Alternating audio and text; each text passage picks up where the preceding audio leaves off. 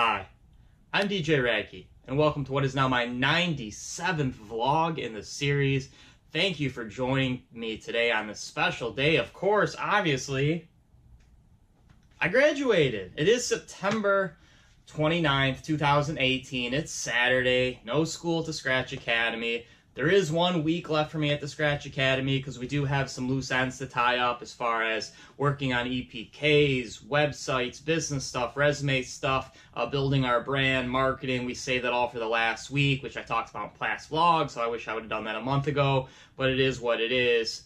I'm just happy to be holding this bad boy up. It took a lot of work, a lot of time, a lot of social isolationism, a lot of missed meetups with friends and missed nights going out and missed birthday parties, and just had to completely eliminate a lot of distractions and just focus on school. So for 97 days, 97 vlogs, it was tough. It was a tough battle, but I'm so glad that I started the program, finished the program, completed the program, and now I got one of these. What this means to me, I guess, is an opportunity to move forward in my DJ career. I always felt that it was something I needed to do. I had read about it, probably close to a year ago. I knew about it for over a couple years now, as far as like taking lessons at the Scratch Academy and doing things to better myself as a technical DJ.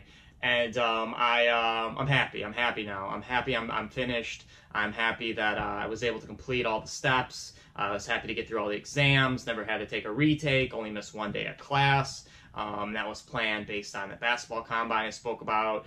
Missed my vacation, but I'm making up for it, taking another one as soon as class is done in a week. So that's all good. But today I want to talk about, of course, the graduation showcase. How can I not talk about the graduation showcase?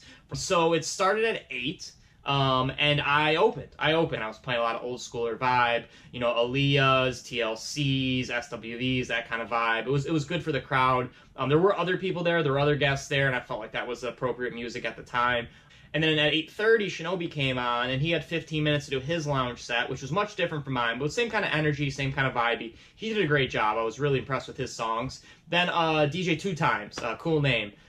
His real name is Daryl, and I spoke about him in past vlogs about like how I never heard him play, but I loved his music, I loved his style. He's like a real G kind of DJ, a younger kid, and he did a great job. Only knock against his set, which was all bangers. I mean, that was like the kind of music that I would love to jam to. And a lot of the artists I had heard, he played like familiar artists like Rick Ross and Drake, but like songs I didn't hear, remixes I didn't hear, redrums I didn't hear. His song selection was great. Unfortunately, it was extremely vulgar, extremely N-word, F-word heavy, which is, to me as a grown man, that's just stuff you don't play and there's kids there. You just don't play that. But he's a younger guy. I'm sure he wasn't really thinking like, oh, there's going to be kids there. Again, it's a restaurant. It's not midnight. It probably wasn't, I feel it was inappropriate.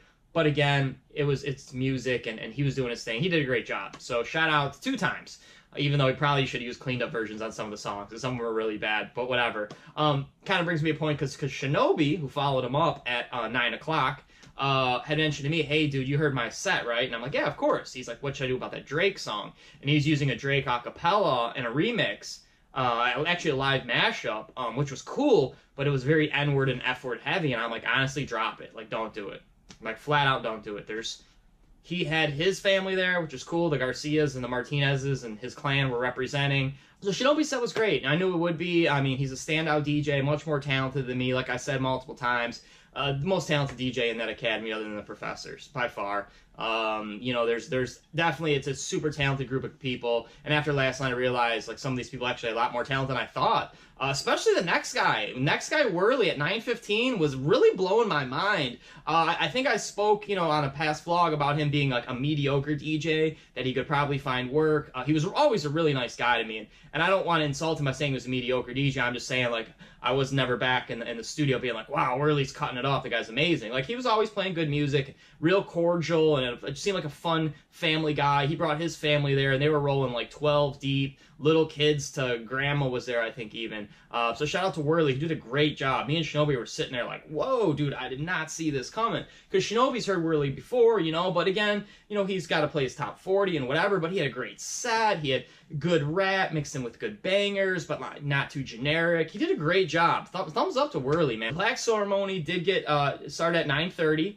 I was the second to last person announced, I guess you'd say, and I didn't want to give a speech. Everybody was just like, hi, thanks, I had a good time, mic down, mic down. I didn't expect Shinobi to say anything. He's super quiet. I didn't expect Daryl to say much. He was super quiet, but Daryl did do DJ 2 times did do a rap, which was pretty straight. He's a rapper too. He did kind of a little freestyle thing, which was cool. Whirly just thanked his family. And then when it was my turn, man, you can't give me a live mic and in front of an audience and me not talking as much as I possibly can. I love to talk. We know that. You've heard my vlogs. I love to talk. So, yeah, I mean, I started thanking my parents, for financially supporting me through this and mentally and emotionally and throughout my life, not just the academy, but, without them, obviously, I couldn't have, signed up, completed it, and got to where I'm at. So I thank them, and then I also thank, Mortal. I thanked Fiello, and I was kind of self-deprecating. I was like, yeah, I'd come in, I think I was the best DJ, and then he'd tell me how bad I was, and so I got some laughs. I thought I worked the room pretty well, and I thank Shinobi, for challenging me every day, being a tough student to work with, as far as, he's keeping stepping the bar up, and, his family kind of gave him a nice little applause on that. After the plaque ceremony, it was me, DJ Rad Key, of course, 10 o'clock slot. I was ready to roll, and I'll just jet through my set list real quick, but it was a good one. I thought it was pretty good. My goal was to have all songs. Original goal was to have like a Motown late 60s, early 70s male vocalist, thinking like Marvin Gaye kind of vibe.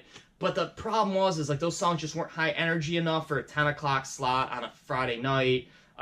It was an artsy project that was an artsy project. It didn't need to be used for the set. And Fiello, I could tell, didn't want me to do that. He, without saying don't do it, was basically like, don't do it. But I kind of went through it anyway. But then as we got closer and the days got closer and closer, I realized, well, I should probably listen to my instructor. That's probably good advice. But I still want to keep the 60s, 70s vibe going at least. Maybe I can't stay true to a Motown, Chess Records. Like, I can't stay to like a super specific genre, but I didn't want to stay all songs before 1980. I just knew no one would play any old music, and I figure with 7 DJs that someone needs to cover the 60s and 70s. I thought maybe people might dabble into a couple 80s songs. I figured we'd hear a lot of 90s R&B, hip-hop, and then definitely all the new stuff and all the new rap bangers and all that, which basically, throughout the course of all these performances were all covered. But, like I said, my performance, 60s and 70s heavy, just to run through it. First song off the bat, More Bounce to the Ounce by Zapp and Roger. More bounce to the ounce. You know it. Then number 2, I had a redrum. It's a Stevie Wonder, I Wish, a great Stevie Wonder song. I had to have at least Stevie Wonder one Stevie Wonder song. I had to. Then 3 was Let the Sunshine In by Fifth Dimension. Great song. Let the sunshine in. And it was a redrum. And it was at the same time everybody was getting our pictures taken. And it was a longer song. I was cutting it out of my songs about a minute a song.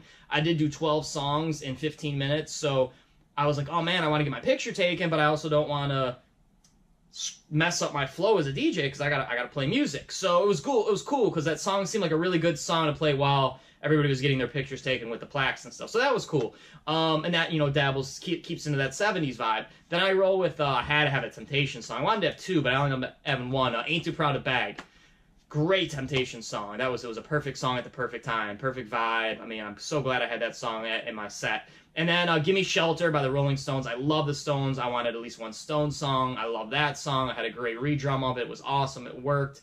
Then Get Up Off of That Thing by James Brown. I wanted a James Brown song, but I didn't want like a generic James Brown song. That song worked so well with Gimme Shelter. Then I go into Riders on the Storm, but it was a really heavy EDM dance music version of Riders on the Storm. I had to have a Doors song in my final set, so that worked wonders. Then I went into Black Betty Ram Jam, again a redrum, kind of re-added a heavier version of the original.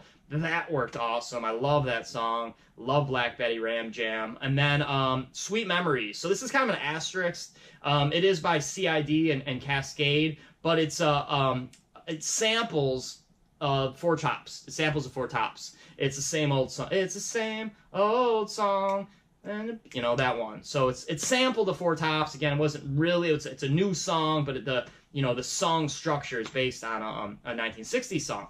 And then Do It Tonight. Do It Tonight is, again, it's a new song by Cedric Gervais, but it's "Take Your Time, Do It Right" by SOS Band. I don't want to say it samples a lot. It's that song structure, but again, a heavy remix. So again, staying with theme. And then I kind of broke theme just because it was such a good version of it. How Will I Know by Whitney Houston, but it's a very, very, and there's a lot of good remixes of that song. This is a very, very good remix, and it just kept with the beat. And again, that song is not from the 60s or 70s, but it is throwback. It just worked well. And then the last song is a new song, not new, it's a few years old, but it's Sweet Lovin' by Sigala. Great song. It just was so good after the Whitney Houston song. Again, it didn't fit the 60s or 70s theme, but it was my last set. It was my transition out to what would be high def, so I didn't necessarily want to use a great banger at the end, and I needed something to transition out to the music he was playing. So I don't really necessarily count that as part of my set. That was more my transition. So I did stay within the 60s and 70s theme, at least for the most part, with an asterisk, we'll say, on a couple of those songs at the end. So that was the deal. High Def followed me up. He played Party Rockers, New York theme stuff. He's a New York guy. He did a good job. He was partying all night. He had a great time. He's a good guy. He'll do fine in life. And then 10:30, the last guy, Kevin Steele, who he's a good DJ. He played all the hits. He played an open format set.